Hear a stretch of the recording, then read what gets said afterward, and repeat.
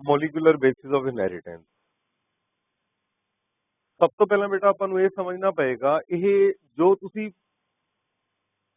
First chapter ਪੜਿਆ genetics ਦਾ, ਇਹ ਉਸ ਦੀ ਐਕਸਟੈਂਸ਼ਨ ਹੈ। ਜੋ ਫਸਟ ਚੈਪਟਰ ਆਪਾਂ ਨੇ ਜੈਨੇਟਿਕਸ ਦਾ ਪੜਿਆ, ਉਸ ਚੈਪਟਰ ਦੇ ਅੰਦਰ ਤੁਸੀਂ ਕੀ ਨੋਟਿਸ ਕਰਿਆ? ਉਸ ਦੇ ਅੰਦਰ ਤੁਸੀਂ ਦੇਖਿਆ ਵੀ ਫੀਨੋਟਾਈਪ ਟੂ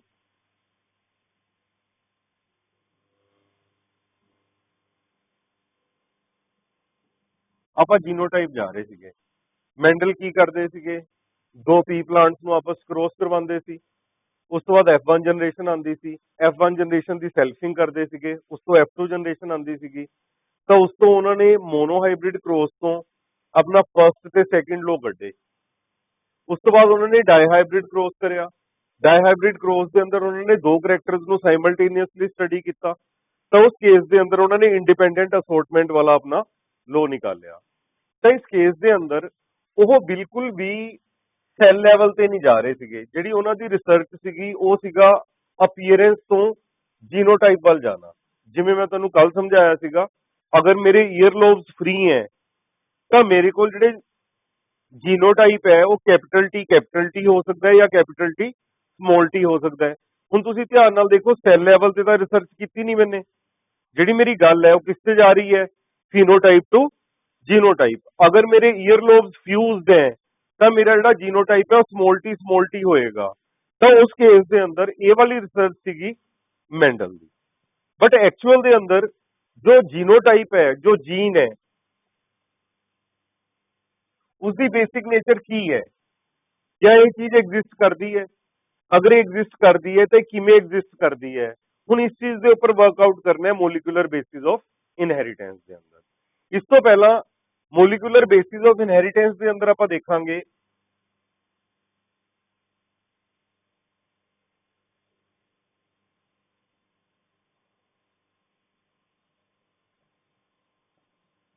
ਆਈਡੀਅਲ ਜੈਨੇਟਿਕ ਮਟੀਰੀਅਲ। ਲੋਕਾਂ ਨੇ ਪਹਿਲਾਂ ਅਜ਼ੰਪਸ਼ਨਸ ਲਗਾਉਣੀਆਂ ਸ਼ੁਰੂ ਕੀਤੀਆਂ ਵੀ ਜੈਨੇਟਿਕ ਮਟੀਰੀਅਲ ਕਿਆ ਹੋ ਸਕਦਾ ਹੈ। ਜੋ ਮੈਂਡੀਲੀਅਨ ਫੈਕਟਰ ਹੈ,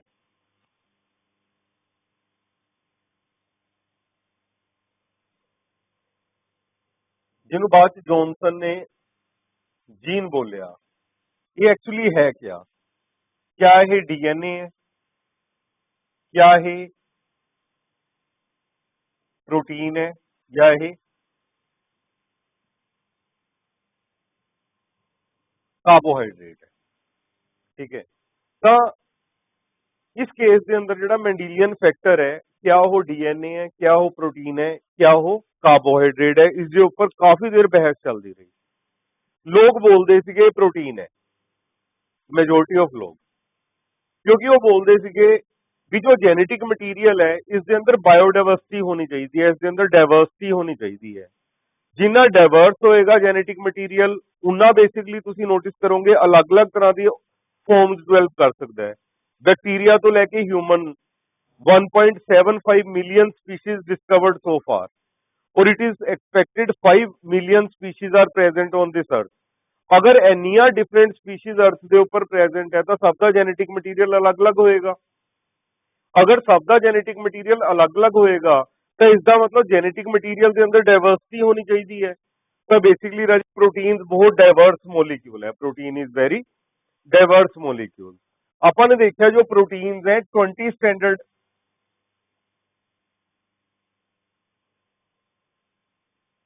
अमाइनो एसिड दी बनिया हुई है। अगर मैं ये 20 स्टैंडर्ड अमाइनो एसिड अलग अलग तरीके नाल जोड़ना शुरू करदा तो मैं किन्नी तरह के रिकॉम्बिनेशंस बना सकता है, कॉम्बिनेशंस बना सकता है। मेरे को बेटा 20 स्टैंडर्ड अमाइनो एसिड्स हैं, नहीं बेटा मिलियंस ऑफ टाइप।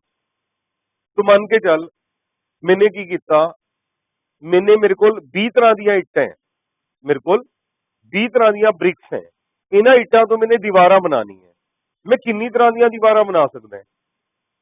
तुसी पहला देखो एक तरह की इट्ट तो ही किन्नी तरह दी दीवार बनती हैं। कोई छोटी दीवार, कोई बड़ी दीवार, कोई उस तो बड़ी दीवार, कोई उस तो बड़ी दीवार, कोई 64 मंजिली दीवार।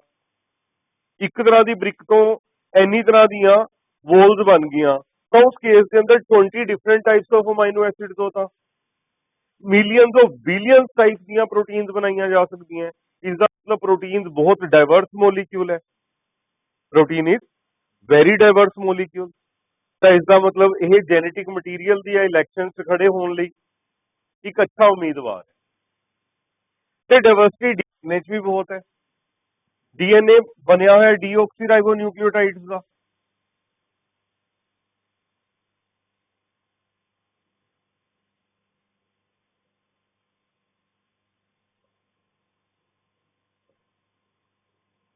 Four types of deoxyribonucleotides. अगर ये चार तरह के डीऑक्सीराइबो न्यूक्लियोटाइड्स तो मैनू डीएनए बनाना पै जे तो मैं किन्नी तरह के डीएनए बना सकते हैं अलग अलग अरेंजमेंट के नाल इन्हां दे मिलियंस और billions types of different stretches of DNA. एक डीएनए बना लांगा A T G C T A T, दूजा बना लांगा ए टी सी सी जी जी। ऐ करते करते करते मैं तो मिलियंस और बिलियन टाइप्स के डीएनए डेवलप कर लांगा। इसका मतलब ये भी एक अच्छा जेनेटिक मटीरियल बन सकता है, ये भी एक अच्छा जेनेटिक मटीरियल बन सकता है। कार्बोहाइड्रेट्स के अंदर इन्नी डाइवर्सिटी नहीं होती। Carbohydrates are not as diverse as DNA and protein. इसका मतलब ये अच्छे कंटेंडर नहीं है, ठीक है, जेनेटिक मटीरियल बनने दे। मतलब कुछ लोग इलेक्शन खड़े हो जाते हैं ना, कुछ लोग इलेक्शन खड़े हो जाते हैं जिन्हें जमानत जब्त हो जाती है, ये वो वाला कंटेंडर है कार्बोहाइड्रेट, बट ये भी कंटेंडर है। तो हुण बेसिकली जो मेंडेलियन नेचर है उसकी मोलिकुलर नेचर क्या है? क्या वो डीएनए का बनया होया है, क्या वो प्रोटीन्स का बनया होया है, क्या वो कार्बोहाइड्रेट का बनया होया है? लोगों के दिमाग से ख्याल आना शुरू हो गया। हुण वो मेंडेलियन जेनेटिक्स नू प्रैक्टिकली प्रूव करना चाहते हैं। हुण वो देखना चाहते हैं क्या एग्जैक्टली जिहड़ा जीन है वो एग्जिस्ट करता है, क्या डीएनए एग्जिस्ट करता है, क्या मतलब बेसिक नेचर क्या है इस जेनेटिक मटीरियल की, वो इस चीज को जानना चाहते हैं। तो हुण बेसिकली इन्होंने क्या किया, सब तो पहले इन्होंने डीएनए लिता, डीएनए के उपर एक particular wavelength of light pi. Wavelength को लैम्डा नाल रिप्रजेंट करते हैं।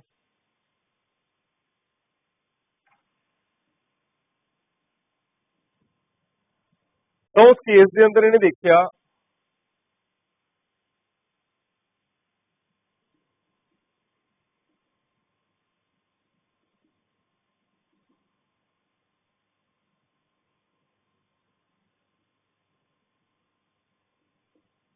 जो वेवलेंथ डीएनए ने मैक्सिमम एब्जॉर्ब की, उस वेवलेंथ के उपर मैक्सिमम म्यूटेशन नजर आई।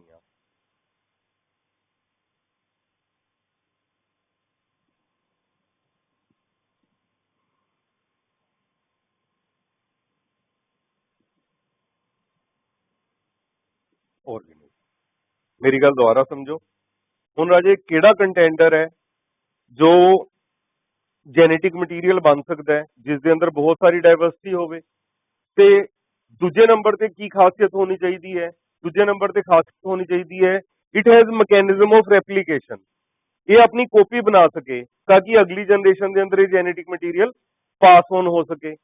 ये basically it is subjected to mutation. ਇਹਦੇ ਅੰਦਰ ਚੇਂਜ ਆਣੀ ਚਾਹੀਦੀ ਹੈ, ਚੇਂਜ ਆਏਗੀ ਤਾਂ ਹੀ ਅਡੈਪਟੇबिलिटी ਵਧੇਗੀ। ਤਾਂ ਹੁਣ ਪ੍ਰੋਟੀਨਸ 'ਚ ਵੀ ਚੇਂजेस ਆ ਜਾਂਦੀਆਂ, डीएनए 'ਚ ਵੀ ਚੇਂजेस ਆ ਜਾਂਦੀਆਂ, ਬਟ ਪ੍ਰੋਟੀਨ ਦੀ ਇੱਕ ਪ੍ਰੋਬਲਮ ਹੈ, it don't have mechanism of replication. Protein तो प्रोटीन नहीं बनती, डीएनए तो डीएनए बन जाता है, लेकिन प्रोटीन तो प्रोटीन नहीं बन जाती। तो एक पॉइंट कि फेवर च हो गया जेनेटिक मटीरियल होना चाहिए डीएनए रेप्लीकेशन। रेप्लीकेशन जो डीएनए च पाई जाती है लेकिन प्रोटीन के अंदर नहीं पाई जाती।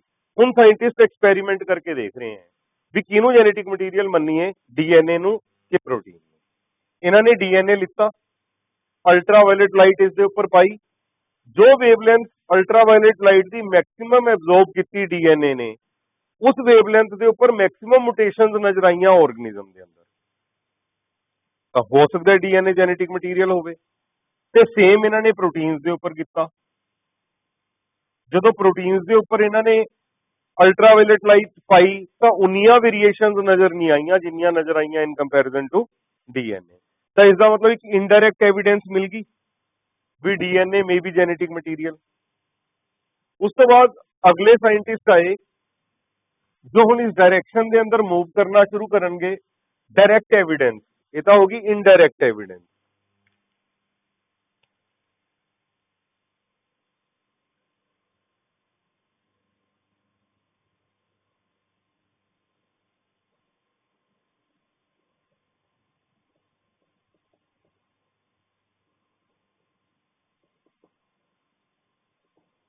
Indirect evidence in favour of DNA as genetic material. क्या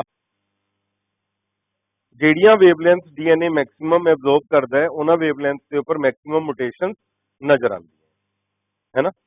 पर हुण आपां नूं इनडायरैक्ट एविडेंस नहीं चाहिए, आपां नूं डायरैक्ट एविडेंस चाहिए है। हुण आ गई direct evidence.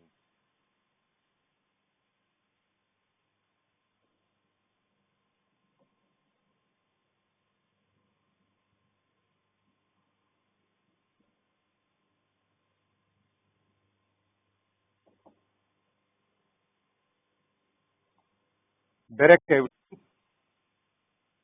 In favour of DNA as genetic material. इसके अंदर फर्स्ट एक्सपेरिमेंट आया ग्रिफिथ एक्सपेरिमेंट।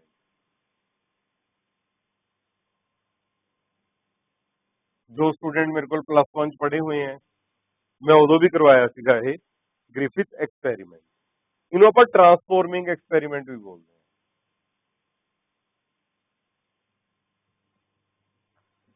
ट्रांसफॉर्मेशन, ठीक है। इसकी सिंपल डेफिनेशन है,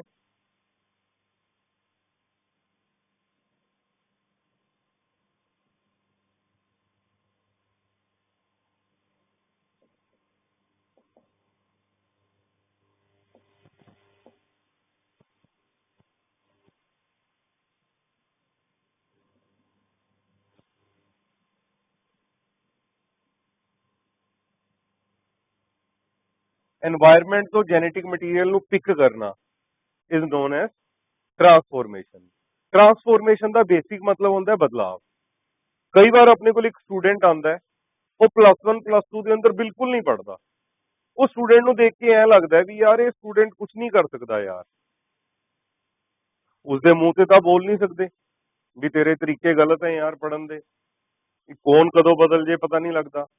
तो जो वो ड्रॉप करता है उसके अंदर एक ट्रमेंडस चेंज नजर आती है। वही स्टूडेंट जो प्लस वन प्लस टू बिल्कुल नहीं पढ़िया, उन्होंने देखने च ऐ लग रहा था भी कभी भी मैडिकल कॉलेज नहीं पहुंच सकता। ड्रॉपर बैग के अंदर आते ही वो उस लेवल से आ जाता, लगता यार ये मैडिकल कॉलेज जरूर पहुंचेगा। तो उसके अंदर क्या होगी? ट्रांसफॉर्मेशन, बदलाव। यही बदलाव का एक्सपेरिमेंट किया ग्रिफिथ ने। इन्होंने अपने एक्सपेरिमेंट के अंदर एक्सपेरिमेंटल मटीरियल लिता,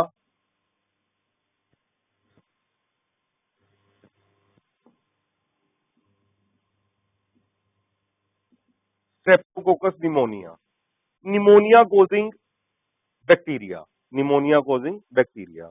निमोनिया एक कंडीशन है जिस कंडीशन के अंदर अपने लंग्स के अंदर पानी भर जाता है तो अपनी डेथ हो जाती है। तो निमोनिया कुछ वायरस भी करते हैं, कुछ बैक्टीरिया भी करते हैं। हुण आप देख रहे हैं सार्स कोवी 2 है, इसके अंदर लोग किस मार रहे हैं? निमोनिया के नाल। तो अल्टीमेटली ये वायरस भी की कर रहे हैं? निमोनिया। तो स्ट्रेप्टोकोकस निमोनिया बैक्टीरिया भी की कर रहे हैं? Pneumonia in animal. तो हुण स्ट्रेप्टोकोकस निमोनिया जिहड़ा, इसके दो मेन स्ट्रेन पाए जाते हैं।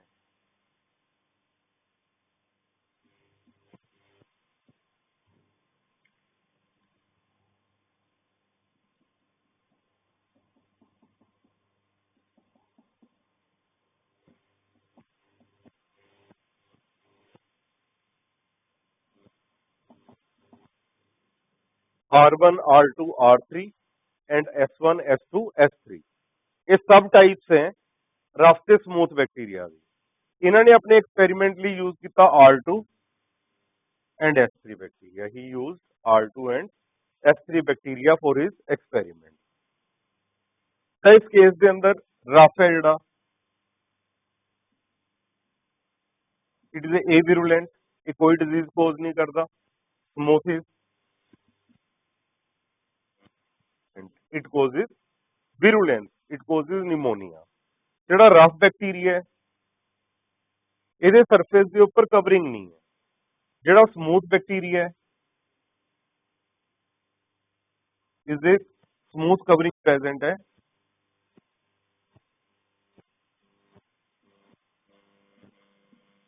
And this is the glycocalyx capsule. तो इस केस के अंदर जो ग्लाइकोकैलिक्स कैप्सूल है is the cause of pathogenicity.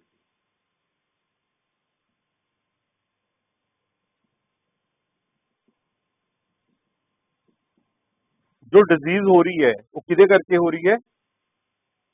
Glycocalyx capsule जो ग्लाइकोप्रोटीन है, it is the cause of virulence. तो हुन बेसिकली की किया जाएगा,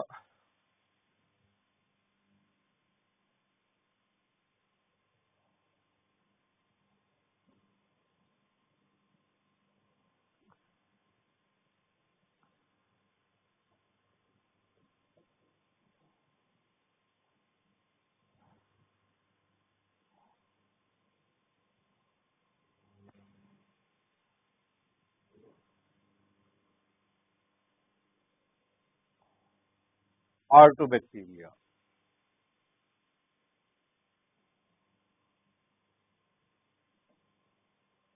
injected in mice.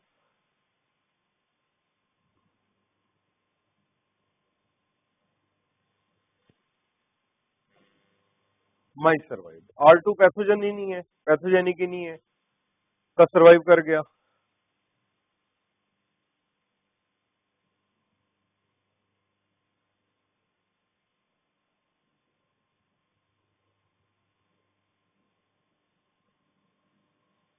Mice died of pneumonia.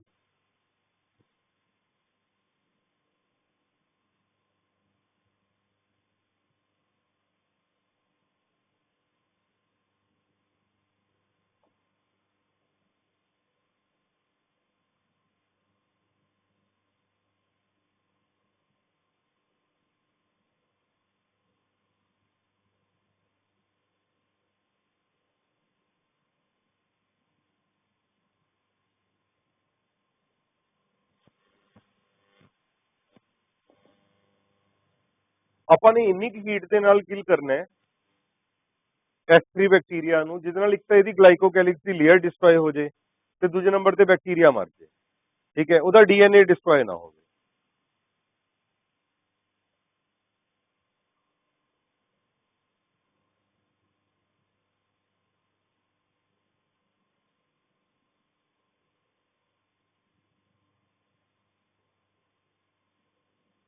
Live R2 and it killed S3 bacteria when it is injected in mice।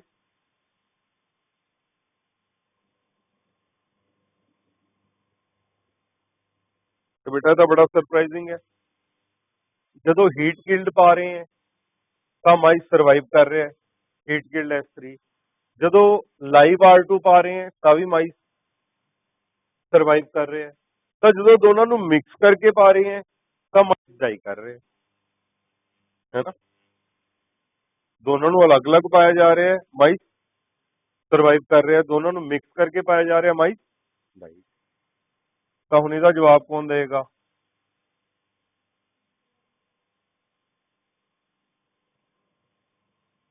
ਅਟੋਪਸੀ, postmortem ਕਰਾਂਗੇ ਇਹਦਾ, ਇਸ ਮਰੇ ਹੋਏ ਚੂਹੇ ਦਾ।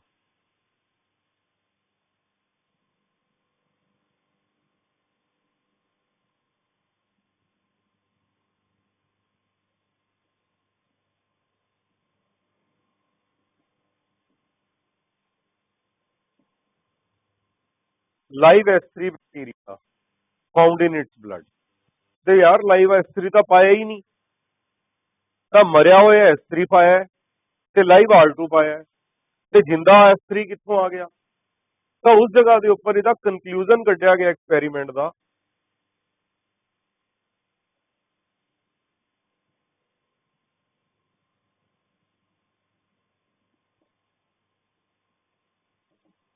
देयर इज समथिंग, कुछ है।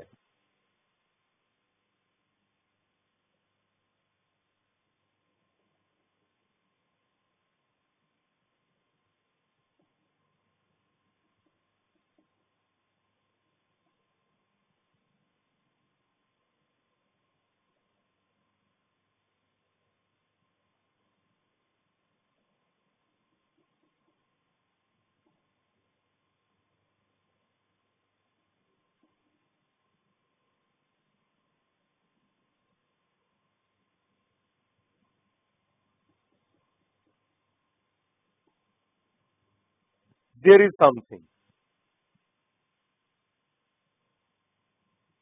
which is picked by live R2 bacteria from dead S3 bacteria and transformed into live S3 bacteria. ਇਹਨੂੰ Griffith ਨੇ ਬੋਲਿਆ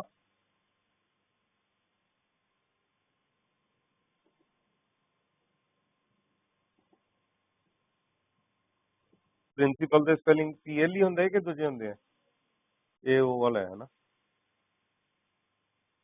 ਪ੍ਰਿੰਸੀਪਲ ਟ੍ਰਾਂਸਫਾਰਮਿੰਗ ਪ੍ਰਿੰਸੀਪਲ ਠੀਕ ਹੈ ਜੀ ਬਾਇਓਕੈਮੀਕਲ ਨੇਚਰ ਤਾਂ ਅਜੇ ਵੀ ਨਹੀਂ ਪਤਾ ਲੱਗੀ ਗ੍ਰਿਫਿਥ ਦੇ ਐਕਸਪੈਰੀਮੈਂਟ ਤੋਂ ਇਹ ਪਤਾ ਲੱਗ ਗਿਆ देयर इज समथिंग ਕੁਛ ਹੈ ਜੋ जिंदा R2 ने मरे हुए S3 तो ले लिया ते खुद S3 बन गया पर क्या ले लिया दैट इज ट्रांसफॉर्मिंग प्रिंसिपल बस डॉक्टर की कहानी इस जगह ते खत्म होती है ग्रिफिथ एक डॉक्टर सीगे फिजिशियन तो उन्होंने कहानी इस पॉइंट के ऊपर खत्म होगी इस जगह तो पहले ही फंसे हुए हैं भी जो जेनेटिक मटीरियल है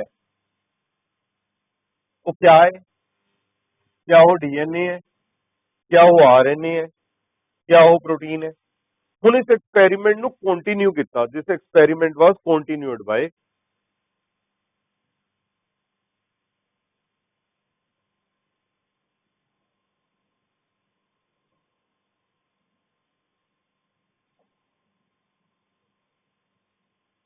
biochemical nature of gene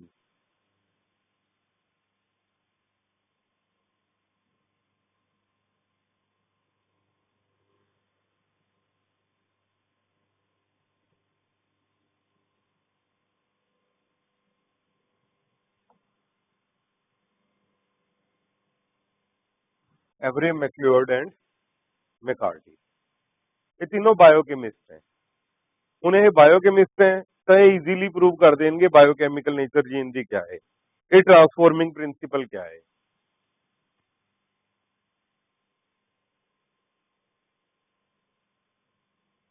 ਇਹਨਾਂ ਨੇ S3 ਬੈਕਟੀਰੀਆ ਲਿੱਤਾ S3 ਬੈਕਟੀਰੀਆ ਚੋਂ ਕਰਨੀਆਂ ਪਿਊਰੀਫਾਈਡ ਕਾਰਬੋਹਾਈਡਰੇਟ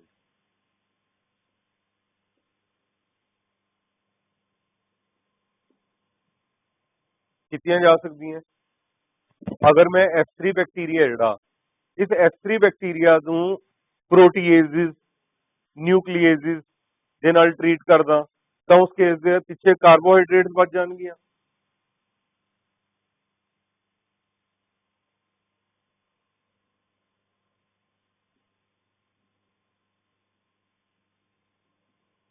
ਇਹਦੀਆਂ ਪ੍ਰੋਟੀਨਸ ਵੀ ਸਿਮਿਲਰ ਵੇ ਦੇ ਨਾਲ ਆਈਸੋਲੇਟ ਕੀਤੀਆਂ ਜਾ ਸਕਦੀਆਂ ਇਹਨੂੰ ਕਾਰਬੋਹਾਈਡਰੇਜ਼ਸ ਤੇ ਡੀਐਨਏਜ਼ਸ ਨਾਲ ਟ੍ਰੀਟ ਕਰ ਦੋ ਇਹਦਾ ਡੀਐਨਏ ਵੀ ਆਈਸੋਲੇਟ ਕੀਤਾ ਜਾ ਸਕਦਾ ਹੈ ਨਾ ਤਾਂ ਉਸ ਕੇਸ ਦੇ ਅੰਦਰ ਇਹਨਾਂ ਨੇ ਤਿੰਨਾਂ ਨੂੰ ਪਿਊਰੀਫਾਈ ਕਰ ਲਿਆ ਔਰ ਬਾਇਓਕੈਮਿਸਟ ਲਈ ਇਹ ਬਹੁਤ ਈਜ਼ੀ ਜੌਬ ਸੀਗੀ ਤਾਂ ਉਸ ਤੋਂ ਬਾਅਦ ਇਹਨਾਂ ਨੇ ਕੀ ਕੀਤਾ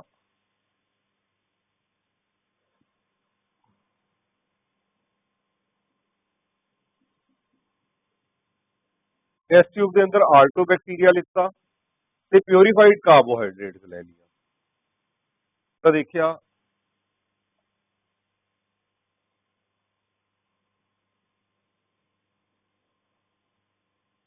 नो ट्रांसफॉर्मेशन इसका मतलब जेनेटिक मटीरियल कार्बोहाइड्रेट्स तो हो नहीं सकती उस तो बाद purified protein plus live R2 bacteria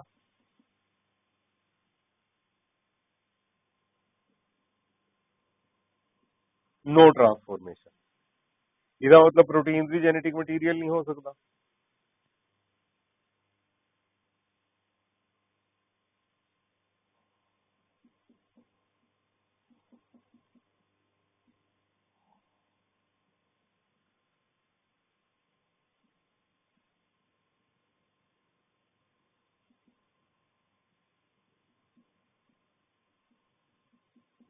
लो जिसके अंदर अपने प्योरीफाइड डीएनए लिता सीगा उस टेस्ट ट्यूब के अंदर R2 बैक्टीरिया किस ट्रांसफॉर्म हो गया S3 बैक्टीरिया दी फ्रीक्वेंसी बहुत घट सी 10⁻⁷ बैक्टीरिया चो एक बैक्टीरिया जिहड़ा वो किस कन्वर्ट होया R2 to S3 बैक्टीरिया के अंदर फ्रीक्वेंसी वाज वेरी लेस तो उस केस के अंदर ਜਦੋਂ ਵੀ ਕੋਈ ਐਕਸਪੈਰੀਮੈਂਟ ਕੀਤਾ ਜਾਂਦਾ ਹੈ ਤਾਂ ਇਹ ਮੇਨ ਐਕਸਪੈਰੀਮੈਂਟ ਕੀਤਾ ਗਿਆ ਤਾਂ ਇਹਦੇ ਨਾਲ ਕੰਟਰੋਲ ਐਕਸਪੈਰੀਮੈਂਟ ਕੀਤਾ ਜਾਂਦਾ ਹੈ ਔਰ ਜਿਹੜੀ ਕੰਡੀਸ਼ਨ ਆਪਾਂ ਨੇ ਪ੍ਰੂਵ ਕਰਨੀ ਹੈ ਉਸ ਤੋਂ ਡੈਫੀਸ਼ੀਐਂਟ ਲਿੱਤੀ ਜਾਂਦੀ ਹੈ।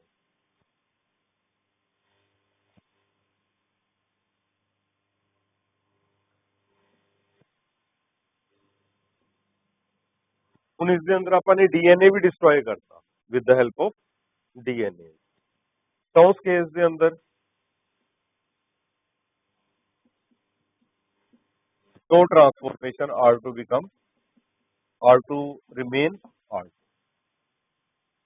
ਤਾਂ ਇਸ ਕੰਟਰੋਲ ਐਕਸਪੈਰੀਮੈਂਟ ਤੋਂ ਪ੍ਰੂਵ ਹੋਇਆ transforming principal is DNA. Clear ਹੋਇਆ। ਤਾਂ ਹੁਣ ਬੇਸਿਕਲੀ ਸਾਇੰਟਿਫਿਕ ਕਮਿਊਨਿਟੀ ਇਸ ਐਕਸਪੈਰੀਮੈਂਟ ਤੋਂ ਬਹੁਤ ਜ਼ਿਆਦਾ ਖੁਸ਼ ਨਹੀਂ ਸੀ। ਉਹ ਕਹਿ ਰਹੀ ਸੀ ਕਿ ਮਤਲਬ ਵੀ ਸ਼ਾਇਦ ਕੁਝ ਹੋਰ ਹੋਵੇ ਔਰ ਫ੍ਰੀਕੁਐਂਸੀ ਬੜੀ ਘੱਟ ਹੈ 10 raised to power 27 ਬੈਕਟੀਰੀਆ ਚੋਂ ਇੱਕ ਬੈਕਟੀਰੀਆ ਕਿਆ ਹੋ ਰਿਹਾ ਹੈ R2 to S3 ਦੇ ਅੰਦਰ ਕਨਵਰਟ ਹੋ ਰਿਹਾ ਹੈ ਵੀ ਮਤਲਬ ਸ਼ਾਇਦ ਕੁਝ ਹੋਰ ਹੋਵੇ ਤੇ ਬਹੁਤ ਜ਼ਿਆਦਾ ਸੈਟੀਸਫੈਕਟਰੀਲੀ ਲੋਕਾਂ ਨੂੰ ਉਹ ਨਹੀਂ ਕਰ ਪਾਇਆ। ਬਟ ਇਹ ਸਭ ਤੋਂ ਪਹਿਲਾ ਐਕਸਪੈਰੀਮੈਂਟ ਸੀਗਾ ਜਿਹਨੂੰ ਕਹਿੰਦੇ ਆ direct evidence in favour of DNA S genetic material. ਉਸ ਤੋਂ ਬਾਅਦ ਅਗਲੇ ਸਾਇੰਟਿਸਟ ਆਣਗੇ ਜੋ ਰਿਫਾਈਨਡ ਲੈਵਲ ਤੇ ਕੰਮ ਕਰਨਗੇ, ਜੋ ਹੋਰ ਬੈਟਰ ਲੈਵਲ ਤੇ ਕੰਮ ਕਰਨਗੇ, ਜੋ ਬੈਸਟ ਲੈਵਲ ਤੇ ਪ੍ਰੂਵ ਕਰ ਜਾਣਗੇ ਡੀਐਨਏ ਕੀ ਹੈ genetic material.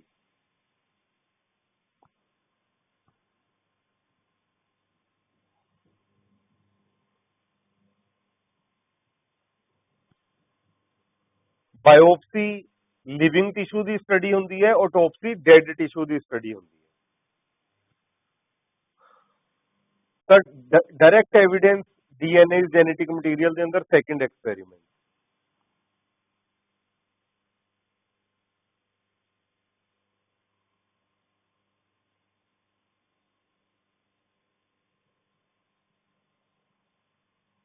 Hershey and Chase experiment।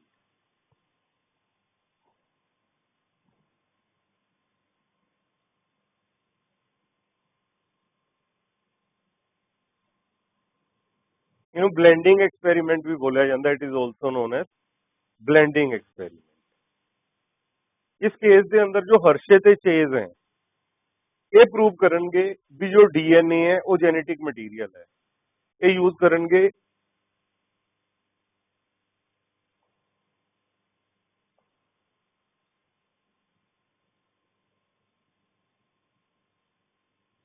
T2phage। they will use experimental material T2phage। T2phage ਇੱਕ ਵਾਇਰਸ ਹੈ ਜੋ ਬੈਕਟੀਰੀਆ ਨੂੰ ਇਨਫੈਕਟ ਕਰਦਾ ਹੈ ਤੇ ਟੈਡਪੋਲ ਲਾਈਕ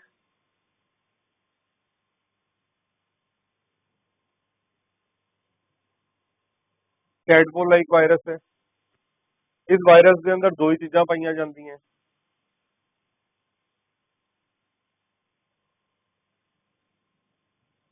कैप्सिड प्रोटीन कोट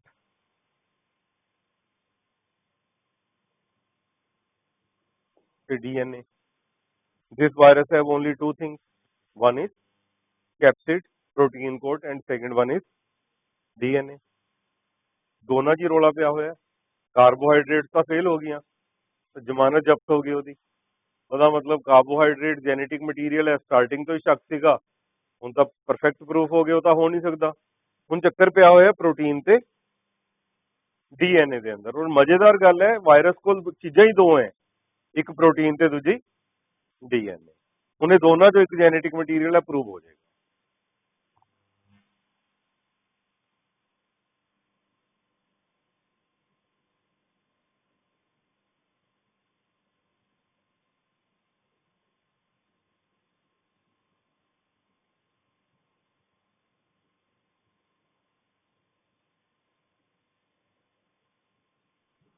ਇਹਨਾਂ ਨੇ ਯੂਜ਼ ਕੀਤੇ ਰੇਡੀਓ ਆਈਸੋਟੋਪ। ਇੱਕ ਰੇਡੀਓ ਆਈਸੋਟੋਪ ਯੂਜ਼ ਕੀਤਾ S35 ਸਲਫਰ 35। ਹੁਣ ਤੁਸੀਂ ਯਾਦ ਕਰੋ ਆਪਾਂ ਨੇ ਪੜਿਆ sulphur containing amino acid.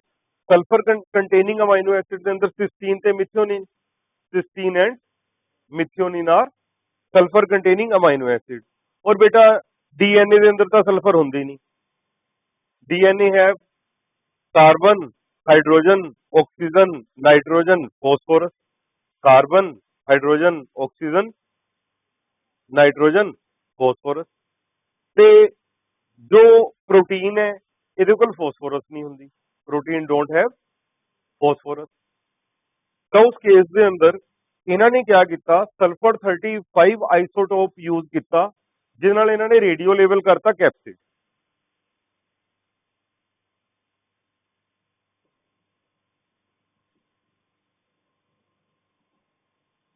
ਕੈਪਸਿਡ radio label. ਗੱਲ ਸਮਝ ਆਈ? ਤੇ ਇਹਨਾਂ ਨੇ ਇੱਕ ਵਾਇਰਸ ਹੋਰ ਬਣਾਇਆ,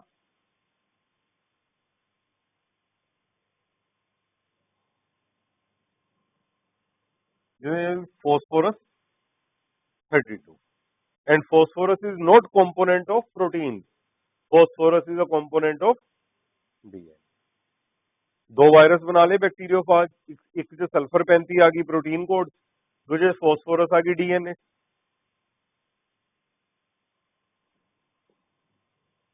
ठीक है, most beautiful experiment of the century बोलिया जाता है हर्शे ते चेज दे एक्सपेरिमेंट।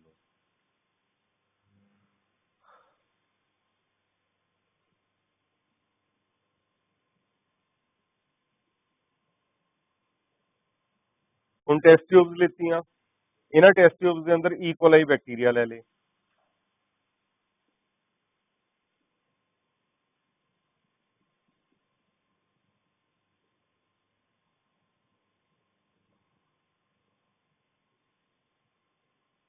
ਈਕੋਲਾਈ ਬੈਕਟੀਰੀਆ ਤਾਂ ਹੁਣ ਇਹ ਟੈਸਟ ਟਿਊਬ 1 ਬੋਲਦੀ ਹੈ ਇਹਨੂੰ, ਇਹਨੂੰ ਟੈਸਟ ਟਿਊਬ 2 ਬੋਲਦੀ ਹੈ। ਟੈਸਟ ਟਿਊਬ 1 ਦੇ ਅੰਦਰ ਇਹਨਾਂ ਨੇ सल्फर 35 वाला वायरस पाया, टेस्ट ट्यूब 2 के अंदर इन्होंने फॉस्फोरस 32 वाला virus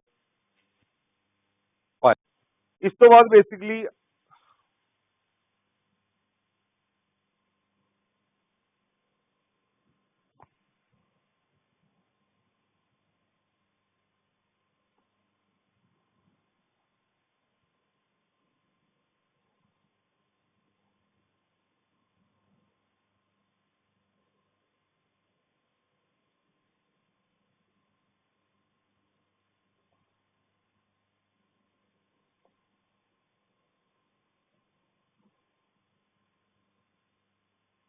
after few minutes blending is done.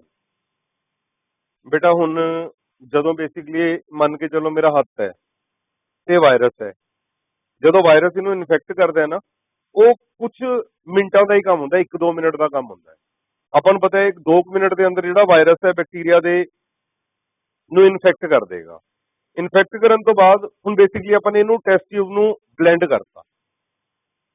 जो ब्लेंड किया, ब्लेंड करने दे नाल हल्की चीज भारी चीज नालों अलग होगी। जिहड़ा वायरस है वो बेसिकली इकोलाई नालों सैपरेट हो गया। That's why blending is done. Blending कुछ नहीं है, ब्लेंडिंग इज ऐसी टेक्नीक है जिस दे अंदर बेसिकली आपां इहनूं झटका दिता, झटके दे नाल ब्लेंड करन दे नाल बेसिकली की होया, हल्की चीज भारी चीज नालों टुट गई।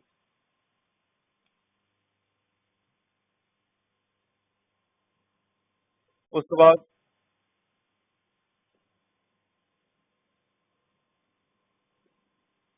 Centrifugation is done. ब्लेंडिंग तो बाद क्या करती, सेंट्रीफ्यूगेशन। सेंट्रीफ्यूगेशन के अंदर अपन पता है सेंट्रीफ्यूगल फोर्स लगाते हैं आप, which is away from centre. Gravity हरेक चीज नू अपने वाल खिंचती है, ते अपन ने देखा centrifugal force is greater than gravity. जो अपन ने सेंट्रीफ्यूगल फोर्स अप्लाई की तो उस केस के अंदर जो हैवी चीज है वो जल्दी नीचे सैटल हो जाएगी, जो लाइट चीज है वो ऊपर रह जाएगी। Test tube 1, test tube 2। तो इस केस के अंदर पैलेट्स बन गई।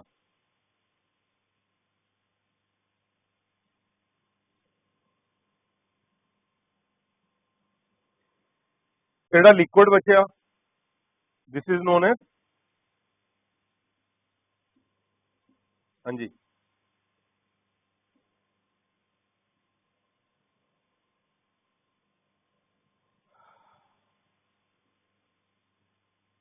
सुपरनेटेंट, ये जो नीचे सेटल हो गया दिस इज पैलेट। क्या एक्सपेरिमेंट समझ आया? सब तो पहला ऐसे वायरस बना ले जी, एक दा प्रोटीन कोड रेडियो लेबल कर लिया, दूजे का डीएनए रेडियो लेबल कर लिया, ईकोलाई ਨੂੰ ਇਨਫੈਕਟ ਕਰਾਤਾ ਅਲੱਗ-ਅਲੱਗ ਟੈਸਟ ਟਿਊਬਸ ਦੇ ਅੰਦਰ, ਬਲੈਂਡਿੰਗ ਕਰਤੀ, ਬਲੈਂਡਿੰਗ ਦੇ ਨਾਲ ਹਲਕੀ ਚੀਜ਼ ਭਾਰੀ ਚੀਜ਼ ਨਾਲੋਂ ਸੈਪਰੇਟ ਹੋ ਗਈ, ਉਸ ਤੋਂ ਬਾਅਦ ਸੈਂਟਰੀਫਿਊਗੇਸ਼ਨ ਕਰਤੀ, ਸੈਂਟਰੀਫਿਊਗੇਸ਼ਨ ਦੇ ਨਾਲ ਜੋ ਭਾਰੀ ਚੀਜ਼ ਹੈ ਉਹ ਜਲਦੀ ਨੀਚੇ ਸੈਟਲ ਹੋ ਗਈ, ਜੋ ਲਾਈਟ ਚੀਜ਼ ਹੈ ਉੱਪਰ ਰਹਿ ਗਈ।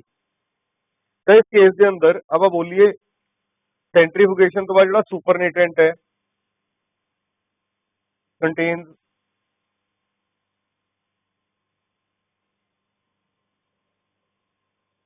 यही तो एक्सपेरिमेंट है, ठीक है।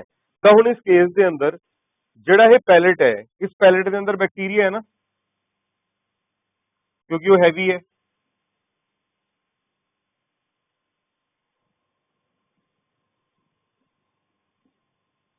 तो ऑब्जर्व किया गया पहली टेस्ट ट्यूब के अंदर की यूज किया गया सीगा sulphur 35।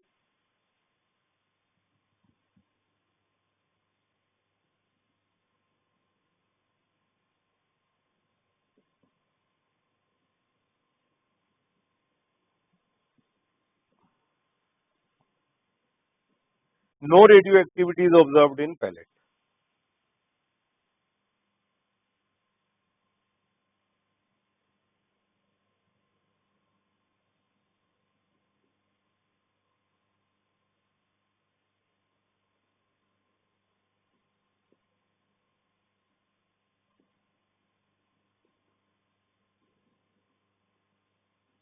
But radioactivity is observed in supernatant, ठीक है जी। ते सेकंड के अंदर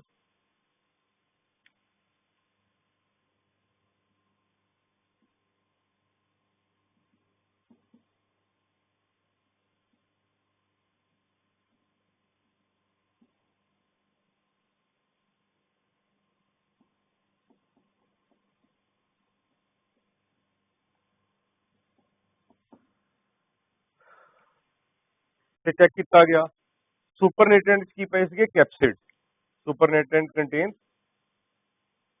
कैप्सिड, ते पैलेट कंटेन बैक्टीरिया। तो इसका मतलब बैक्टीरिया के अंदर कौन गया राजे? इस केस च सल्फर 35 है, तो टेस्ट ट्यूब के अंदर जो आपने पैलेट बनाई तो बैक्टीरिया तो साइड से अकमुलेट हो गया, तो वायरस का कैप्सिड तो ऊपर ही रह गया। तो इसका मतलब ये अंदर रेडियो एक्टिविटी नजर आई सुपरनेटेंट, इसका मतलब प्रोटीन कोट ऊपर ही रह गया। इस करके आपने देखा कोई रेडियो एक्टिविटी नजर नहीं आई, क्योंकि बेटा इस ने की यूज की S35 जो प्रोटीन कोट्स पई है, इसके अंदर तेन बैक्टीरिया रेडियो एक्टिविटी नजर आई क्योंकि फॉस्फोरस 32। इसका मतलब फॉस्फोरस 32 गया बैक्टीरिया के अंदर। जे फॉस्फोरस 32 गया बैक्टीरिया के अंदर तो जेनेटिक मटीरियल कौन होया? डीएनए। अगर जेनेटिक मटीरियल प्रोटीन कोट होंदा तो बैक्टीरिया के अंदर कौन जाता? Protein coat. इस एक्सपेरिमेंट के थ्रू अपने प्रूव किया जेनेटिक मटीरियल क्या है? DNA. It is the most beautiful experiment of century. Martha Hershey and Chase experiment है जो बेसिकली प्रूव करता है, एविडेंस दिंदा है जो डीएनए है वो जेनेटिक मटीरियल है। लड़ाई खत्म। 3 कंटेंडर सीगे कार्बोहाइड्रेट, है ना। कार्बोहाइड्रेट का कुछ उमें सीगा, एक गाना नहीं गाता शटरा वाला, क्या होता? नीटू शटरा वाला, है ना। नीटू शटरा वाला इलैक्शन खड़ा हो गया, उसकी जमानत जब्त हो गई, तो बड़ा रोया। वो कहता यार मेरे घरदिਆਂ ने भी मैंने वोट नहीं पाई। याद आया गाने गाता अजकल नीटू शटरा वाला बड़ा फेमस है, वो तो बन गई कार्बोहाइड्रेट, ठीक है। तो बाकी 2 कंटेंडर्स रह गए, 2 कंटेंडर, एक प्रोटीन ते दूजा डीएनए। शक तो पहले ही हो गया सीगा डीएनए जेनेटिक मटीरियल है, इनडायरैक्ट एविडेंस तो, क्योंकि अल्ट्रावायलेट लाइट की जी वेवलेंथ मैक्सिमम डीएनए अब्जॉर्ब कर रहा सीगा, उससे ऑर्गेनिज्म मैक्सिमम मुटेशन शो कर रहा सी, उत्थे शक पै गया सीगा। But indirect thing is indirect, जब तक डायरैक्ट एविडेंस नहीं होएगी साइंस मनेगी नहीं। तो उस बाद ग्रिफिथ एक्सपेरिमेंट ते biochemical nature of gene Avery MacLeod ਇਹਨਾਂ ਨੇ ਪ੍ਰੂਵ ਕਰਤੀ, ਲੋਕਾਂ ਨੂੰ ਸਮਝ ਨਹੀਂ ਆਈ ਗੱਲ ਇੰਨੀ, ਤੇ ਈਜ਼ੀ ਲੈਵਲ ਦੇ ਉੱਪਰ ਐਕਸਪਲੇਨ ਕਰ ਹਰਸ਼ੇ ਐਂਡ ਚੇਜ਼ ਨੇ, ਠੀਕ ਹੈ। ਤੇ ਚੇਜ਼ ਦਾ ਐਕਸਪੈਰੀਮੈਂਟ ਸਮਝ ਆ ਗਿਆ। ਇਹ ਐਕਸਪੈਰੀਮੈਂਟ ਡਾਇਰੈਕਟਲੀ ਐਵੀਡੈਂਸ ਦਿੰਦਾ ਹੈ ਡੀਐਨਏ ਜੈਨੇਟਿਕ ਮਟੀਰੀਅਲ। ਇੱਥੇ ਤੱਕ ਕਲੀਅਰ ਹੋ ਗਿਆ। ਹੁਣ ਅਗਲੇ ਲੋਕ ਕਿਹਦੇ ਪਿੱਛੇ ਭੱਜਣਗੇ? ਡੀਐਨਏ ਦੇ ਪਿੱਛੇ। ਬਸ ਪ੍ਰੋਟੀਨ ਦੀ ਗੇਮ ਓਵਰ ਹੋ ਗਈ, ਹੈ ਨਾ।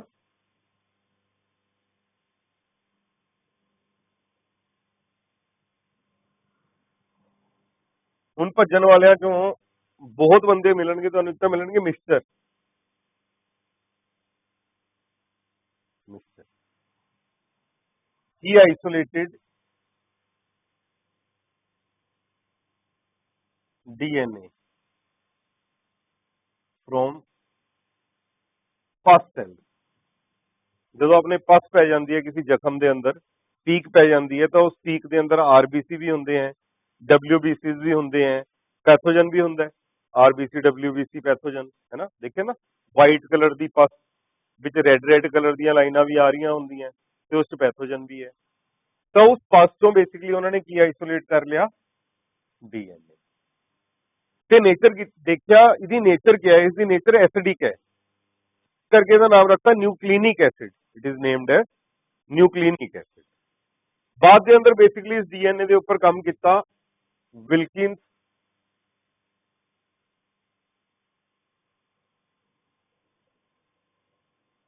ਐਂਡ ਫ੍ਰੈਂਕਲਿਨ ਨੇ। ਵਿਲਕਿਨਸ ਤੇ ਫ੍ਰੈਂਕਲਿਨ ਨੇ ਇਸ ਕ੍ਰਿਸਟਲਾਈਜ਼ਡ ਡੀਐਨਏ ਦੀ, ਡੀਐਨਏ ਕੈਮੀਕਲ ਹੈ ਯਾਰ, ਡੀਐਨਏ ਇਜ਼ ਕੈਮੀਕਲ, ਕੈਮੀਕਲ ਨੂੰ ਕ੍ਰਿਸਟਲਾਈਜ਼ ਕੀਤਾ, ਤੇ ਕ੍ਰਿਸਟਲਾਈਜ਼ਡ ਡੀਐਨਏ ਦੀ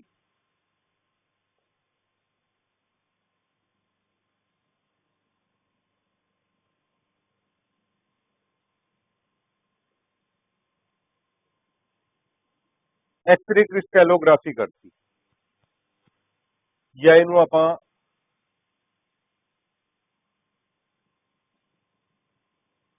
डीएनए डाइफ्रैक्शन टेक्निक भी बोलते हैं। डीएनए डाइफ्रैक्शन टेक्निक इन्हें विल्किंस फ्रैंकलिन ने। फिर उस तो बाद एक्सरे फिल्म कुछ ऐसी आई डीएनए की,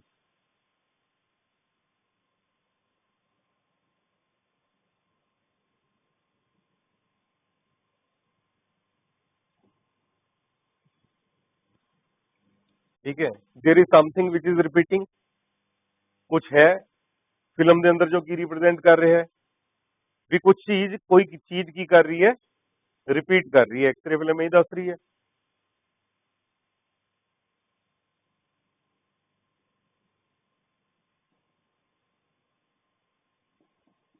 रिपीटिंग बीट। हूँ अजे अलग अलग लोग आए, किसी ने 5 कार्बन शुगर लभती चो, किसी ने नाइट्रोजनस बेस लभते, किसी ने फॉस्फोरस ग्रुप लभता। एवं लोग आते गए, वर्कआउट करते गए, डीएनए दी अलग अलग कंपोनेंट्स नू डिस्कवर करते गए बायोकैमिकली। तो उस तो बाद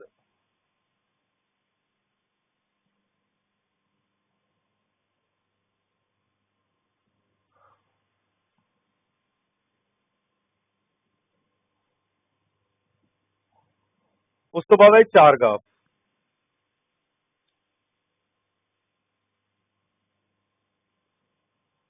चारगाफ ने दिता DNA base pairing rule.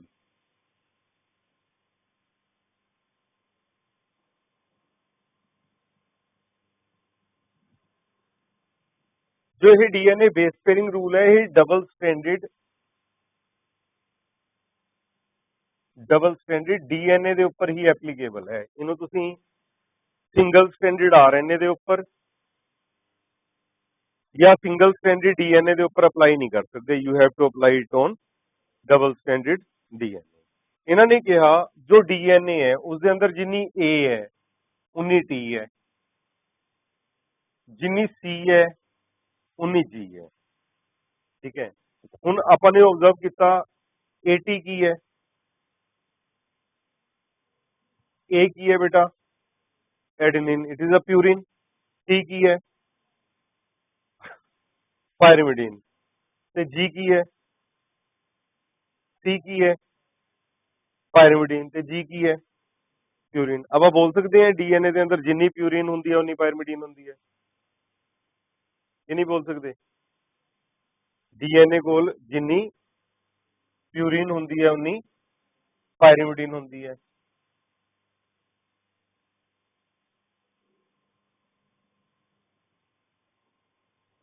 A is equal to T, C is equal to G, तो A plus G is equal to T plus C, है ना।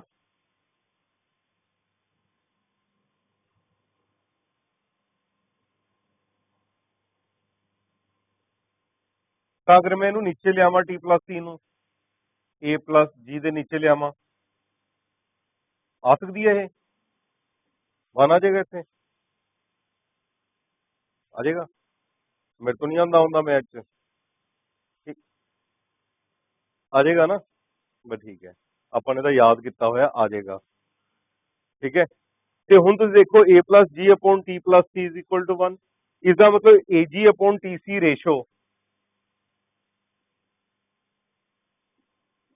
कॉन्स्टेंट फॉर अ स्पीशीज, एक स्पीशीज लिए कॉन्स्टेंट है। तो हुण A plus T upon G plus C, A T upon G C,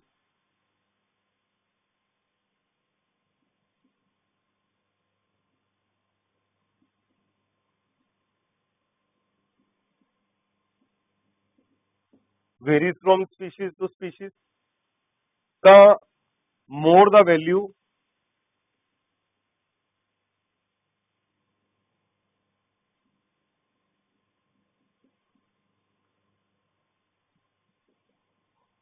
more advanced the organism। ਇਹਦੀ value ਆਉਂਦੀ ਹੈ 0.924 बैक्टीरिया ਤੇ 1.524 ਹਿਊਮਨ। ਇਹਦਾ ਮਤਲਬ ਚਾਰਗਾਫ ਨੇ ਕੀ ਕਿਹਾ, ਜਿੰਨੀ ਡੀਐਨਏ ਦੇ ਅੰਦਰ ਐਡਨਿਨ ਹੁੰਦੀ ਹੈ ਉਨੀ ਥਾਇਮਿਨ ਹੁੰਦੀ ਹੈ, ਜਿੰਨੀ ਸਾਈਟੋਸਿਨ ਹੁੰਦੀ ਹੈ ਉਨੀ ਗੁਆਨਿਨ ਹੁੰਦੀ ਹੈ। ਤੇ a plus G is equal to T plus C और a plus G upon T plus C is equal to one, ਤੇ a plus C upon G plus C varies from species to species vary कर रही है पर एक species ਲਈ constant है। Humans ਲਈ 1.52 ਤੇ ਇਕੁਆਲਾਈ ਲਈ 0.92। क्लियर,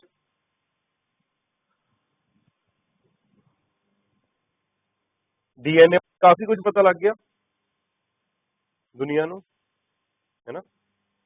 ਤੇ ਹੁਣ ਬੇਸਿਕਲੀ ਅੱਗੇ ਆਏ ਵਾਟਸਨ ਐਂਡ क्रिक।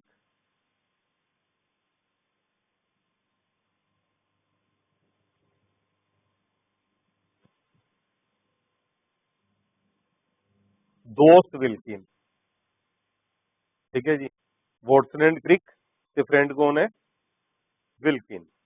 ਤਾਂ ਹੁਣ ਇਹ तीनों मिलके काम करनगे, जो तीनों मिलके काम करनगे ਤਾਂ ਹੁਣ वाटसन क्रिक है ये देंगे डबल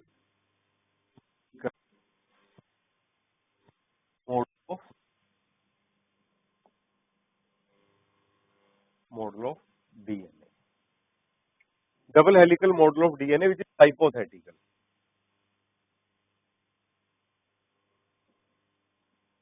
डीएनए ਨੂੰ ऐसा होना चाहिए, अज तक ये चीज कोई दिखा नहीं पाया, देखो जी ऐसा है, ऐसा होना चाहिए hypothetical model of double helical model of DNA. इन्होंने कहा डीएनए देखो जी कुछ ऐसा है,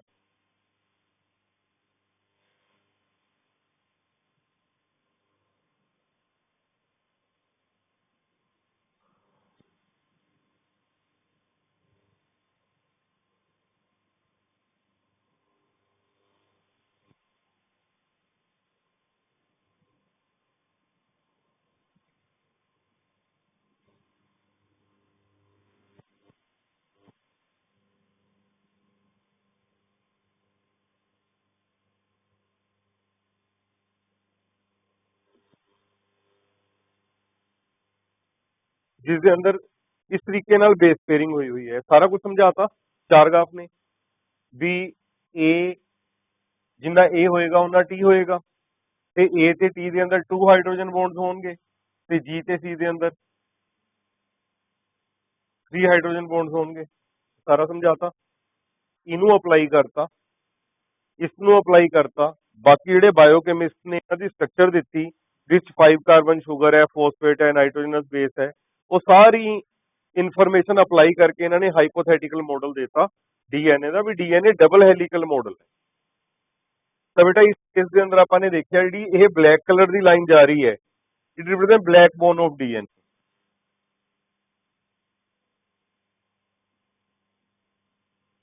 is backbone of DNA. Backbone of DNA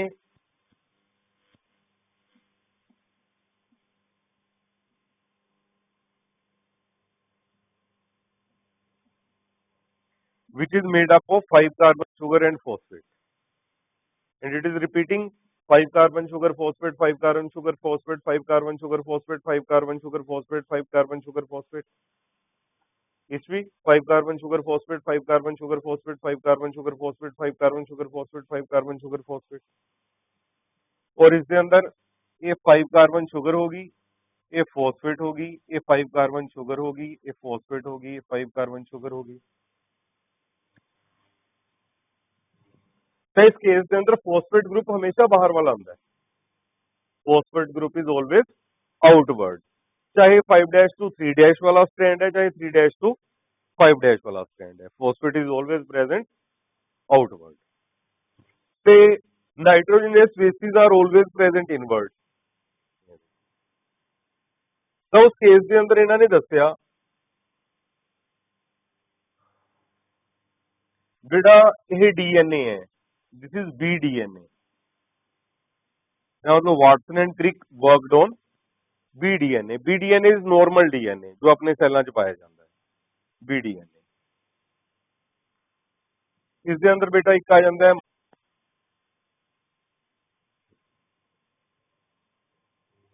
एक आ जाता है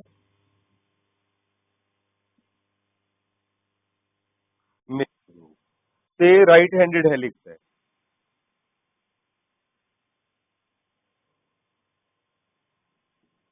it is a right handed helix. Right handed helix का मतलब बेटा मैं तुहानू मार्केट जान लई कहा, मैं कहा मार्केट जाओ एक पौड़ी लैके आओ प्लास्टिक की। कादी पौड़ी? प्लास्टिक की, फ्लैक्सीबल, हार्ड ना होवे, सॉफ्ट होवे। ते उस तो बाद उस पौड़ी दे अंदर एवें डंडियां लगियां होणगियां। उस तो बाद आपां उस पौड़ी नूं ऐ पकड़ के ना राइट पासे घुमा दांगे। बेटा दोनों मार्कर तक घूम नहीं पाएंगे उमें, लेकिन वो पौड़ी तो घूमेगी राइट हैंड साइड से। जो घूमेगी तो उसके अंदर जो ट्विस्ट नजर आएगा तुहानू वैसा ही ट्विस्ट पाया जाता है डीएनए के। और जो आप उस बड़ी पौड़ी नूं घुमावांगे, फ्लैक्सीबल पौड़ी नूं घुमावांगे जिहदे विच डंडे लगे हुए हैं, तुसीं नोटिस करोगे उसके अंदर एक माइनर ग्रुप आ जाएगा, एक मेजर ग्रुप आ जाएगा, एक माइनर ग्रुप आ जाएगा, एक मेजर ग्रुप आ जाएगा। दोनों राइट हैंडेड के ऊपर ट्विस्ट करोगे। ये है अपना बी डीएनए, जिहदा हाइपोथेटिकल मॉडल दिता वाटसन एंड क्रिक ने। ਇਹਦੇ ਲਈ ਵਿਲਕਿੰਸ, ਵਾਟਸਨ ਤੇ ਕ੍ਰਿਕ ਨੂੰ ਨੋਬੇਲ ਪ੍ਰਾਈਜ਼ ਮਿਲਿਆ 1962 ਦੇ ਅੰਦਰ। ਸਮਝ ਆ ਗਈ ਕਹਾਣੀ? ਤੇ ਹੁਣ ਵਾਟਸਨ ਤੇ ਕ੍ਰਿਕ ਨੇ ਕਿਹਾ ਵੀ ਦੇਖੋ ਯਾਰ ਡੀਐਨਏ ਐਸਾ ਹੈ, ਔਰ ਜਿੱਥੇ ਤੱਕ ਮੈਨੂੰ ਲੱਗਦਾ ਹੈ ਜਦੋਂ ਡੀਐਨਏ ਤੋਂ ਡੀਐਨਏ ਬਣਦਾ ਹੋਏਗਾ ਤਾਂ ਜਿਹੜਾ ਡੀਐਨਏ ਖੁੱਲਦਾ ਹੋਏਗਾ ਵਿੱਚ ਵਾਲੀ ਹਾਈਡਰੋਜਨ ਬੌਂਡਿੰਗ ਵੀਕ ਬੌਂਡਿੰਗ ਹੁੰਦੀ ਹੈ, ਇਹ ਵਿੱਚ ਵਾਲੀ ਵੀਕ ਬੌਂਡਿੰਗ ਟੁੱਟਦੀ ਹੋਏਗੀ ਤੇ ਇੱਕ ਸਟ੍ਰੈਂਡ ਪੁਰਾਣਾ ਰਹਿ ਜਾਂਦਾ ਹੋਏਗਾ, ਇੱਕ ਸਟ੍ਰੈਂਡ ਨਵਾਂ ਬਣ ਜਾਂਦਾ ਹੋਏਗਾ। ਕਿਹਨੇ ਬੋਲਤੀ ਇਹ ਗੱਲ? ਵਾਟਸਨ ਤੇ ਕ੍ਰਿਕ ਨੇ। ਬਟ ਯਾਰ ਹੁਣ ਜਦੋਂ ਬਹੁਤ ਬੜਾ ਕੰਮ ਕਰਤਾ, ਹਾਈਪੋਥੈਟਿਕਲ ਮੋਡਲ ਦੇਤਾ ਡੀਐਨਏ ਦਾ, ਹੁਣ ਲੋਕ ਕੰਮ ਨਹੀਂ ਕਰਨ ਦੇਣਗੇ ਇਹਨਾਂ ਨੂੰ। ਸਮਝ ਗਏ? ਹੁਣ ਕੀ ਆਏ? Award ceremonies. कभी ये दिल्ली यूनिवर्सिटी आ रहे हैं, कभी ये जापान जा रहे हैं, कभी ये चाइना जा रहे हैं, कभी ये रशिया जा रहे हैं, बस उन्हें दुनिया घूम रहे हैं बुढ़े। ठीक है, तो उस केस के अंदर बेसिकली की है अलग अलग अवार्ड इन्होंने मिली जा रहे हैं और रिसीव करी जा रहे हैं। इन्नी गल जरूर बोल के जाते हुए भी हुण बेसिकली ਜਿਹੜੀ ਡੀਐਨਏ ਦੀ ਰੈਪਲੀਕੇਸ਼ਨ ਹੈ ਉਸ ਦੇ ਅੰਦਰ ਜਦੋਂ ਇਹ ਹੁੰਦੀ ਹੋਏਗੀ ਦੋਨੋਂ ਸਟ੍ਰੈਂਡ ਖੁੱਲ ਜਾਂਦੇ ਹੋਣੇ, ਇੱਕ ਸਟ੍ਰੈਂਡ ਪੁਰਾਣਾ ਰਹਿੰਦਾ ਹੋਏਗਾ ਤੇ ਇੱਕ ਸਟ੍ਰੈਂਡ ਨਵਾਂ ਬਣ ਜਾਂਦਾ ਹੋਏਗਾ। ਬਟ ਇਹ ਤਾਂ ਗੱਲ ਹੋਈ, but now you have to prove this ਵੀ ਇਹ ਸੱਚ ਹੈ ਕਿ ਝੂਠ ਹੈ ਨਾ। ਤਾਂ ਹੁਣ ਅਗਲੀ ਗੱਲ ਹੈ ਜਿਹੜੀ ਉਹ ਪ੍ਰੂਵ ਕਰਨਗੇ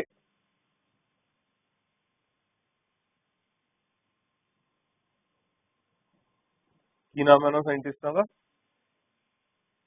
ਮਸੈਲਸਨ and ਕਾਹਲ।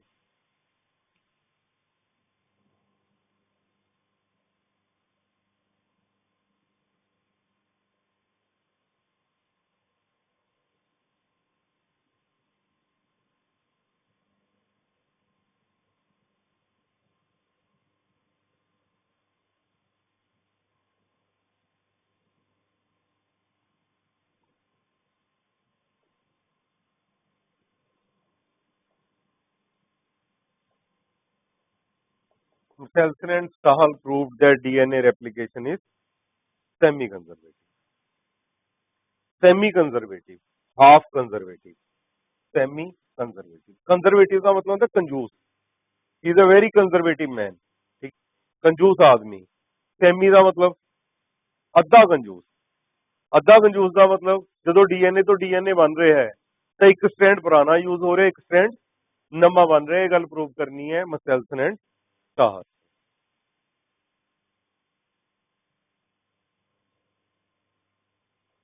Experimental material Escherichia coli. इसी करके बेटा आप बोलते हैं E coli is experimental model in prokaryote. Prokaryote के अंदर जो भी रिसर्च होती है की चक लेंगे ये एस्केरिया कोलाई इकोलाई।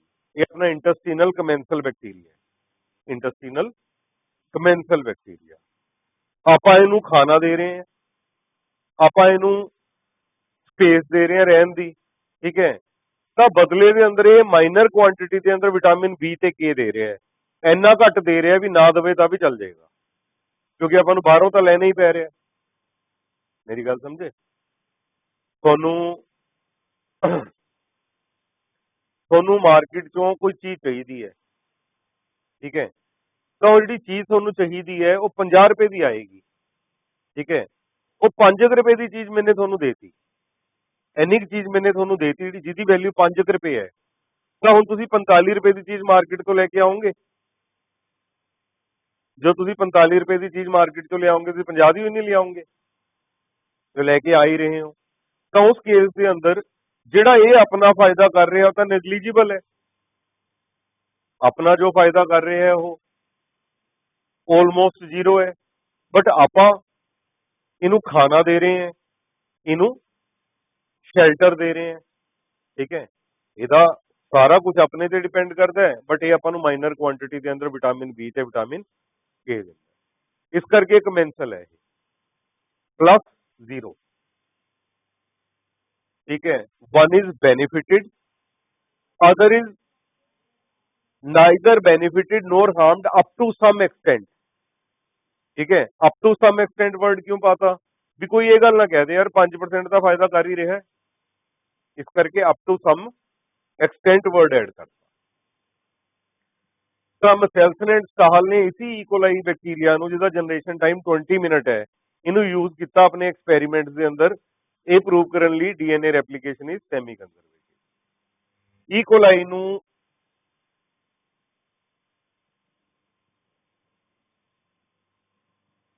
सैवरल जनरेशन बहुत सारिया जनरेशन मतलब 24 घंटे मान लो, 48 घंटे मान लो, 48 आवर्स मान लो, सैवरल जनरेशन इनू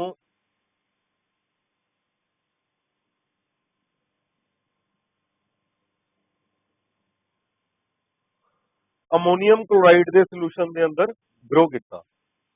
N15 ले ली ओदी, N की ले ली 15। ये बेसिकली एक ऐसा आइसोटोप है जिन्होंने तुसी हैवी आइसोटोप बोलोगे नाइट्रोजन का।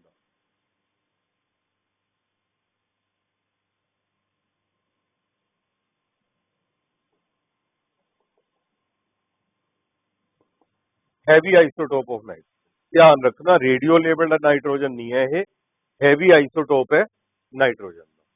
ਤਾਂ ਹੁਣ ਜਦੋਂ ਤੁਸੀਂ ਸੈਵਰਲ ਜਨਰੇਸ਼ਨਸ ਲਈ ਇਕੁਅਲਾਈ ਨੂੰ ਗਰੋ ਕਰੋਗੇ N15 ਮੀਡੀਅਮ ਦੇ ਅੰਦਰ ਤੁਹਾਡੇ ਕੋਲ ਐਸੇ ਇਕੁਅਲਾਈ ਸੈਲਸ ਬਣ ਜਾਣਗੇ ਜਿਨ੍ਹਾਂ ਦੇ ਅੰਦਰ ਦੋਨੋਂ ਸਟ੍ਰੈਂਡਸ N15 ਵਾਲੇ हैं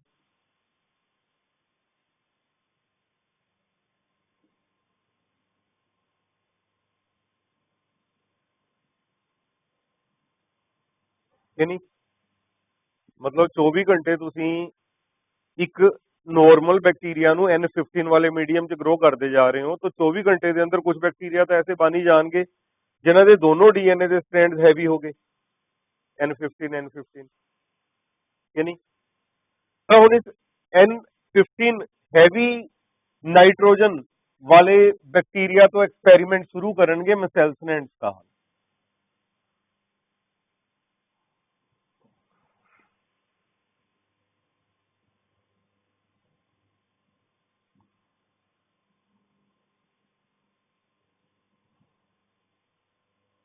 सर जी मैं सिर्फ इन्हों का डीएनए ले ला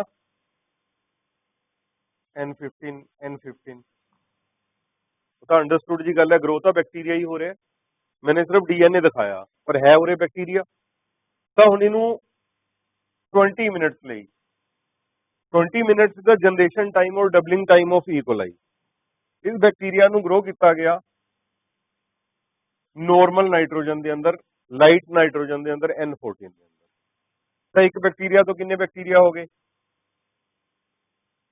ਦੋ ਯਾਰ ਇੱਕ ਬੈਕਟੀਰੀਆ ਨੂੰ 20 ਮਿੰਟ ਲਈ 20 ਮਿੰਟ ਲਈ ਤੁਸੀਂ ਕਲਚਰ ਮੀਡੀਅਮ 'ਚ ਰੱਖਿਆ ਤਾਂ ਇੱਕ ਬੈਕਟੀਰੀਆ ਤੋਂ ਦੋ ਬੈਕਟੀਰੀਆ ਹੋ ਗਏ ਤਾਂ ਹੁਣ ਜਿਹੜੇ ਦੋ ਬੈਕਟੀਰੀਆ ਹੋਏ ਤੇ ਉਹਨਾਂ 'ਚ ਨੋਟਿਸ ਕੀ ਕੀਤਾ ਜਾਏਗਾ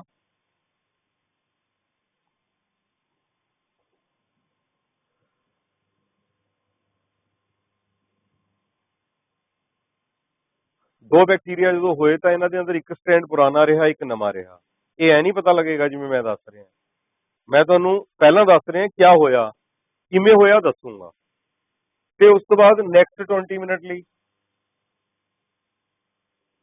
ਇਹਨਾਂ ਦੋ ਬੈਕਟੀਰੀਆ ਤੋਂ ਕਿੰਨੇ ਬੈਕਟੀਰੀਆ ਬਣ ਜਾਣਗੇ ਚਾਰ ਬੈਕਟੀਰੀਆ ਦੇ ਅੰਦਰ ਇੱਕ ਬੈਕਟੀਰੀਆ ਦੇ ਅੰਦਰ ਕਾਲੇ ਵਾਲਾ N15 ਇੱਕ ਬੈਕਟੀਰੀਆ ਦੇ ਅੰਦਰ ਲਾਲ ਵਾਲਾ ਤੀਜੇ ਬੈਕਟੀਰੀਆ ਦੇ ਅੰਦਰ ਕਾਲੇ ਵਾਲਾ ਡੀਐਨਏ ਚੌਥੇ ਬੈਕਟੀਰੀਆ ਦੇ ਅੰਦਰ ਲਾਲ ਵਾਲਾ ਡੀਐਨਏ ਤੇ ਉਸ ਤੋਂ ਬਾਅਦ ਇਹ ਸਾਰੇ ਕਿਹੜੇ ਮੀਡੀਅਮ ਚ ਗਰੋ ਕੀਤੇ ਗਏ ਹੈ N14 ਤੇ ਮਤਲਬ ਲਾਲ ਵਾਲੇ ਡੀਐਨਏ ਦੇ ਪੀਸਿਸ ਡਿਵੈਲਪ ਕਰ ਲੈਣਗੇ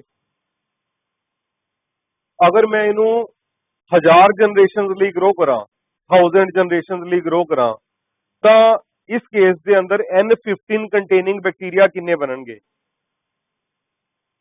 बेटा एक स्टैंड तो है ना दो N15 स्टैंड कंटेनिंग बैक्टीरिया किन्ने बन गए दो बट ऐसा कोई बैक्टीरिया नहीं रहा जिदे अंदर दोनों स्टैंड N15 रहे होन वो तो इको ही जनरेशन च खत्म हो गया हूँ ये चीज प्रूव किवें की गई ये तो राजे तुहानूं दस्सिया भी की होया हुण मैं दसदे किवें पता लगी है गल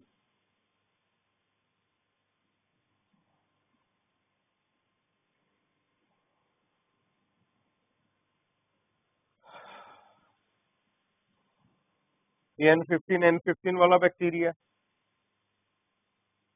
हुण आपां की करांगे एक टेक्नीक अप्लाई करांगे जिसका नाम है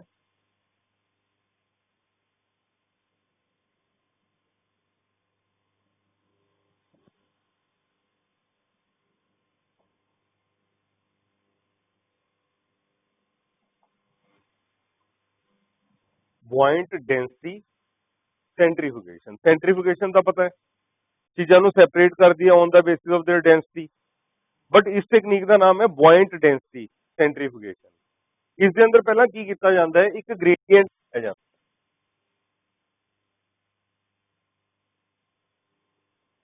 है टेस्ट ट्यूब लेती इस टेस्ट ट्यूब के अंदर एक ग्रेडियंट बनाया जाएगा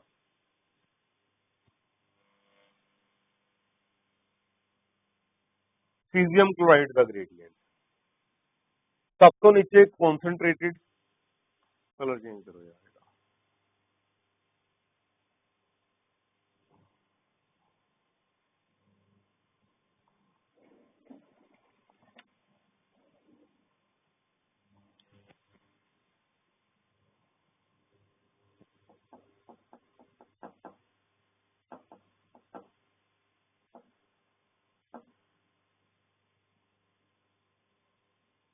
सब तो नीचे कॉन्सनट्रेटेड सीजियम क्लोराइड, उस तो ऊपर उस तो dilute caesium chloride, dilute caesium chloride, ये बन गया ग्रेडियंट ऑफ सीजियम क्लोराइड। ਹੁਣ बेसिकली राजे ਜਿਹੜਾ सब तो निचली वाली लेयर है, ये सब तो ज्यादा डेंसिटी है सीजियम क्लोराइड की, सेंटर के अंदर इंटरमीडिएट डेंसिटी है सीजियम क्लोराइड की, सब तो उपर सब तो घट डेंसिटी है सीजियम क्लोराइड की। ਹੁਣ बेसिकली जिस डीएनए की डेंसिटी ज्यादा होएगी वो इस लेयर च जाके फस जाएगा, जिस डीएनए की डेंसिटी इंटरमीडिएट होएगी, एक हैवी स्ट्रैंड ते एक लाइट स्ट्रैंड हाइब्रिड डीएनए उस जगह ते आके फस जाएगा, जिस डीएनए की डेंसिटी घट होएगी ऊपर ही रह जाएगा जो तुम सेंट्रीफ्यूज करोगे। तो हुण सब तो पहला बैक्टीरिया ही सीगा, फर्स्ट बैक्टीरिया, ਇਹਦਾ डीएनए आइसोलेट किया, डीएनए आइसोलेट करने तो बाद इस ग्रेडियंट के अंदर घुमाता, जिहदे अंदर सब तो नीचे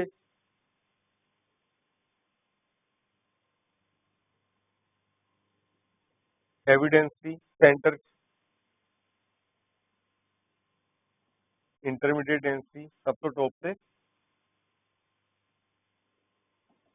लो डेंसिटी, सारी सीजियम क्लोराइड की बन गया डेंसिटी ग्रेडियंट।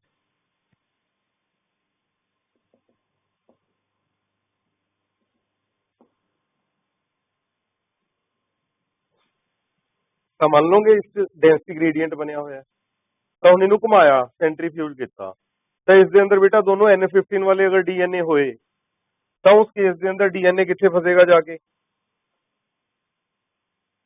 सब तो लो वाले, ठीक है बेटा, सब तो ज्यादा डेंसिटी हो रही पई सी हैवी डेंसिटी। उस तो बाद एक टेस्ट ट्यूब होर लीती,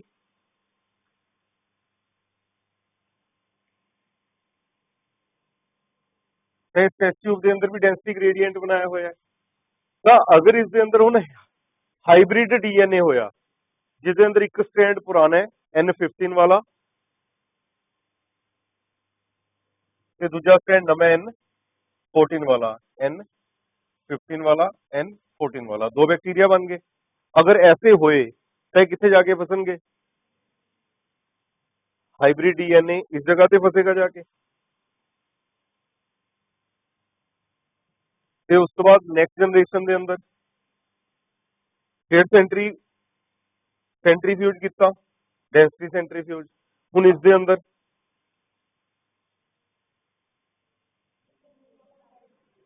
मतलब बेटा कुछ डीएनए ऊपर रह जाएगा,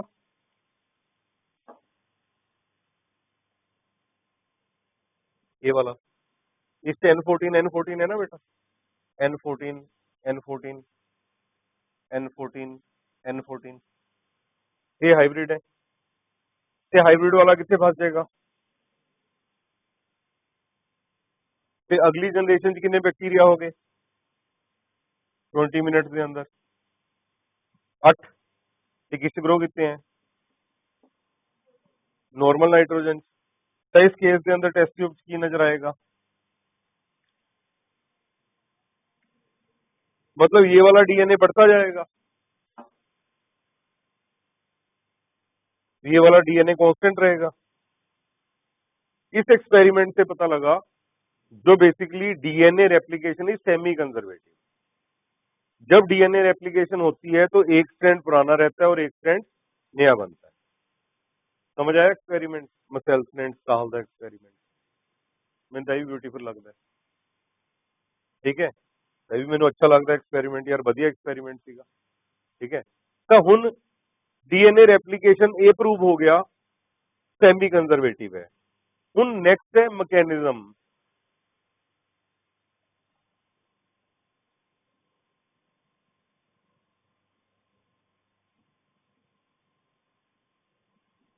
मैकेनिज्म ऑफ डीएनए रेप्लिकेशन। ये तो पता लग गया एक स्ट्रैंड पुराना एक स्ट्रैंड नवा, बट हो किवें रही है डीएनए रेप्लिकेशन, उसकी गल हो रही है मैकेनिज्म ऑफ डीएनए रेप्लिकेशन। तो उन्होंने समझने तो पहला अब आप समझते हैं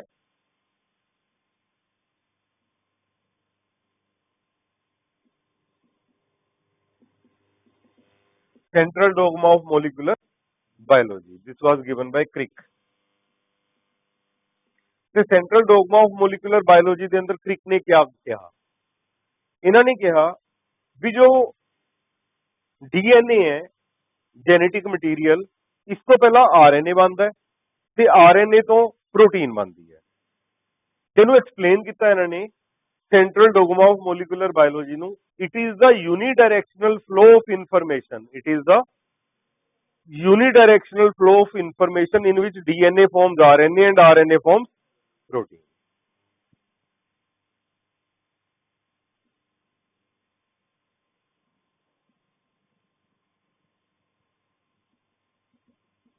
DNA forms RNA and RNA forms protein.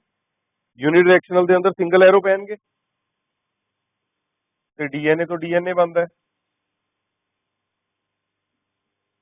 Replication,